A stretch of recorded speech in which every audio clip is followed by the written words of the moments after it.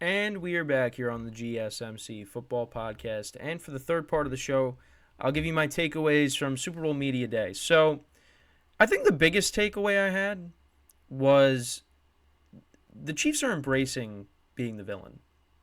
Um, Patrick Mahomes talking about it, Travis Kelce, because when Travis Kelce started, when they were interviewing the tight ends and the running backs, they had them. They had McCaffrey, Pacheco, Kittle, and Kelce all together. Kelce started talking. I mean, the crowd just immediately started booing.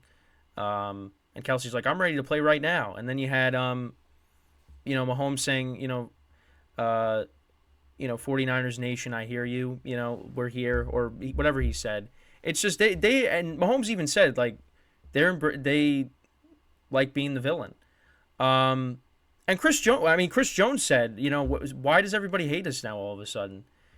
But yeah, I mean, they've kind of taken over that role as being the villain. I mean, now that the Patriots kind of, what's happened to them over the last couple of years with Brady leaving and now Belichick being gone, they kind of have now taken their place as the villain. I mean, this is their fourth Super Bowl in 5 years. They're trying to become the first team since the Patriots to win back-to-back Super Bowls.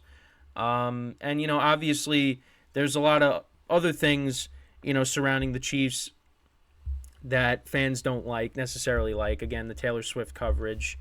There's a lot going on that the fans are kind of just tired of the Chiefs, and also like with talking about the Chiefs get all the flags, and how Mahomes was upset over the call in the Bills game, the offensive offsides.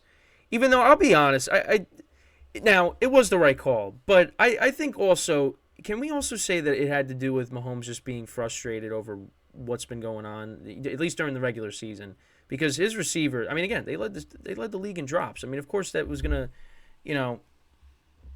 I mean, he can only contain his anger for so long. I mean, he looked like he wanted to fight, one of the refs because the players were holding him back. But yeah, I mean, the Chiefs, they got a cockiness to them right now in this game. You kind of feel that. And I mean, listen, they've won a lot, so that's gonna happen. I mean, rightfully so. Now, also, I mean, they're playing in Vegas, so the 49ers faithful, they travel well. They're gonna show up. I mean, there was definitely a lot more Niners fans there last night than Chiefs fans. Because literally, when Chris Jones was saying Chiefs Kingdom, and then you just heard boos. You really didn't hear a lot of cheers. But I mean, listen, the Chiefs are going to embrace it. It's not going to phase them. I did like, however, though, like you had Kittle and Kelce. When they were asked like who's the best tight end out of you two, and they're like, well, the good thing is it's a team sport. They deflected from that question. Listen, both of them are two of the best tight ends in the NFL. Top three tight ends in the NFL. And of course they're not going to answer that question because they're going to say, well, I think I'm better. But I mean, to me, they're the top three. I mean, obviously, Kittle has dealt with some injuries. Kelce was banged up this year, and you see some of the other tight ends. Obviously not in this game on other teams. You saw what Sam Laporta did this year, the rookie tight end T.J. Hawkinson. There's a decent amount of tight ends, good tight ends in the NFL. Mark Andrews, obviously, but he got banged up this year. But these are the two best tight ends. Those two guys. Obviously there was some Taylor Swift questions asked, towards Travis Kelce. I mean, he said she's a part of Chiefs Kingdom, so I don't know how Chiefs Kingdom. I mean, I guess Chiefs Kingdom appreciates that. The other 31 fan bases maybe not so much. But I mean, listen. I mean, she's not going away. She is going to. They're gonna, if she's at the game, they're gonna show her. They are going to show her. But I mean, again, it's only for a few seconds. I mean, listen, again, like I think at times it's a little too much. I mean, when you had social media posts on how she can make it to the Super Bowl from her concert in Japan, it's like, okay, that's great, but I don't know. That stuff I understand, but I mean, if she's on the screen for a couple of seconds, I mean, like, let's relax. It's not like they got a little box in the corner of her and you have the game, or the game is you just have like a Taylor Swift cam and then the game's like minimized and it's in the corner of your screen. Like it's not taking away from any of the game action. I don't know, but again, I get it, I understand, but and the 49ers, um, you know, Brock Purdy was asked, if they get the ball at the end of the game, are you gonna disappoint Taylor Swift or whatever was said, and Brock Purdy was like, yeah, and without any hesitation, it's yeah, with the 49ers, listen, I mean, like I talked about in the last segment, I mean, it's going to be tough to beat the Chiefs. And how they've played the last couple of weeks, they can't afford to fall behind in this game. They really can. I mean, I don't know how many times I'm going to say it, from talking about just this one game. But, they can't afford it. They got to be the 49ers team that they were during the regular season, where they're just, they get off to a hot start. Because it really is concerning how they just how slow they've started off in games, and against bad defenses. I mean, the Packers was a hit or miss, during the year, and then also the Lions' pass defense was not good, but they I mean, listen, they were down 24-7. I mean, they came back, but I don't think you're going to be able to do that against the Chiefs.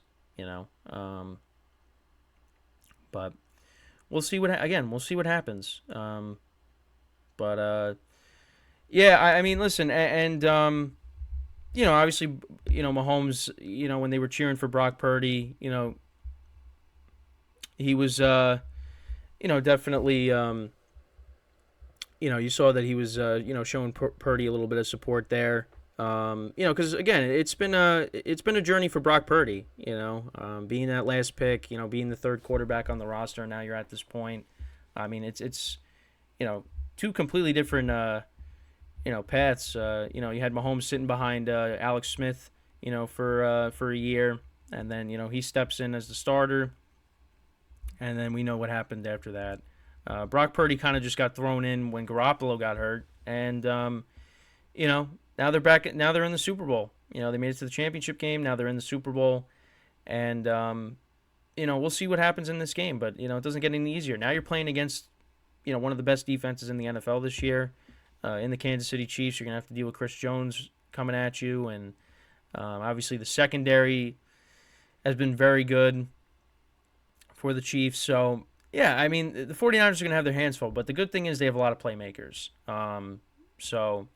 And even like we talk about the main guys, but you also got Juwan Jennings that has made plays for them. I mean he had that one-handed catch in the playoff game against the Lions, so he can make plays for you.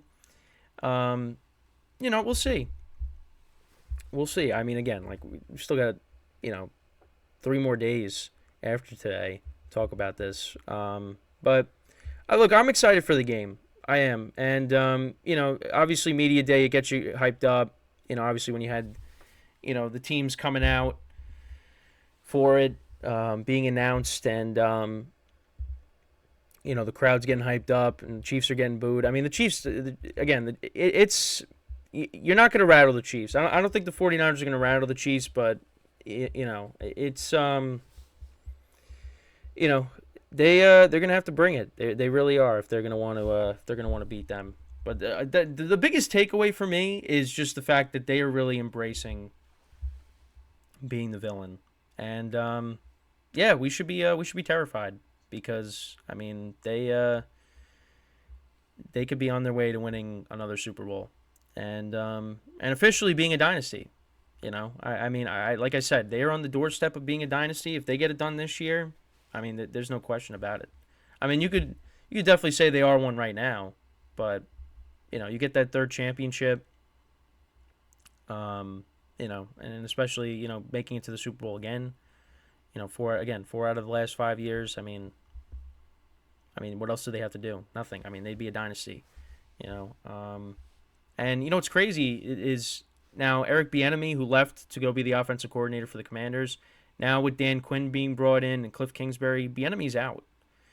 So he left Kansas City, took a job elsewhere, and he's a free agent. So maybe we'll see if the Chiefs maybe bring him back. We'll see what happens there, but that's just something else I wanted to throw in to go along with this. But yeah, this Chiefs team is a little different. Again, it's not the offensive juggernaut that we were accustomed to seeing. Now the defense, again, the best defense Patrick Mahomes has played with. It's a little different this time around when these two teams are meeting up. And obviously the 49ers, adding Christian McCaffrey was huge. What a great pickup that was, last year. Listen, if Brock Purdy doesn't get hurt in the championship game, I would have loved to have seen how that game would have played out if Purdy was healthy. Again, we saw, how they played, against the Eagles this year, but I don't know if we would have got that, but we definitely would have got a much better game than what we got when Purdy got hurt. But yeah, listen, they're back here again, and we'll see if they can get it done now with Purdy as the quarterback. Because again, like I talked about, Brock Purdy's mobile. He can move around a little bit. And that's something they didn't really have with Garoppolo. So we'll see. And again, George Kittle was talking about Christian McCaffrey, how, we're going to give the ball to him a bunch of times. And, he's talking about blocking for him. That's going to be their focus is we got to get the ball to McCaffrey. Because, the Chiefs, not the best at stopping the run. James Cook was finding success against them, against the when they played the Bills. And they got McCaffrey, that you got Elijah Mitchell, Brock Purdy, obviously can run the ball too. But I think that's only when he has to. You're going to see Deebo Samuel coming out of the backfield as well. Again, the 49ers have a ton of playmakers. So again, the Chiefs defense has been stout this year. But the 49ers have a ton of playmakers. So it's going to be a good matchup. Going to be a good matchup. And we'll see what the 49ers defense has, to try to, slow down this Kansas City Chiefs offense, which is just, they've been on fire. Now, again, the Ravens, they shut them out in the championship game in the second half. But I don't know. I don't think the Niners are going to do that. The Niners are going to have to get to Mahomes. You got to sack him. You got to get to him, put pressure on him, and you just got to hope that, he doesn't scramble out of it and take off for, like he did in last year's Super Bowl. He had that big run, at the end of the game that set up the field goal.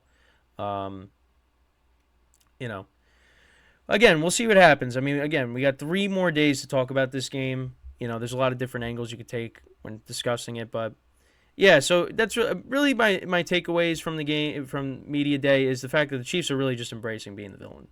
That's, the main thing from what I'm seeing. But yeah, so we'll continue our discussion with the Super Bowl, because when we come back, I'll talk about the starter rankings list that I saw on CBS. I'll give you my thoughts on that, and that is what we will do when we come back from our final break of the show. So stick around, and we'll be right back here on the GSMC Football Podcast.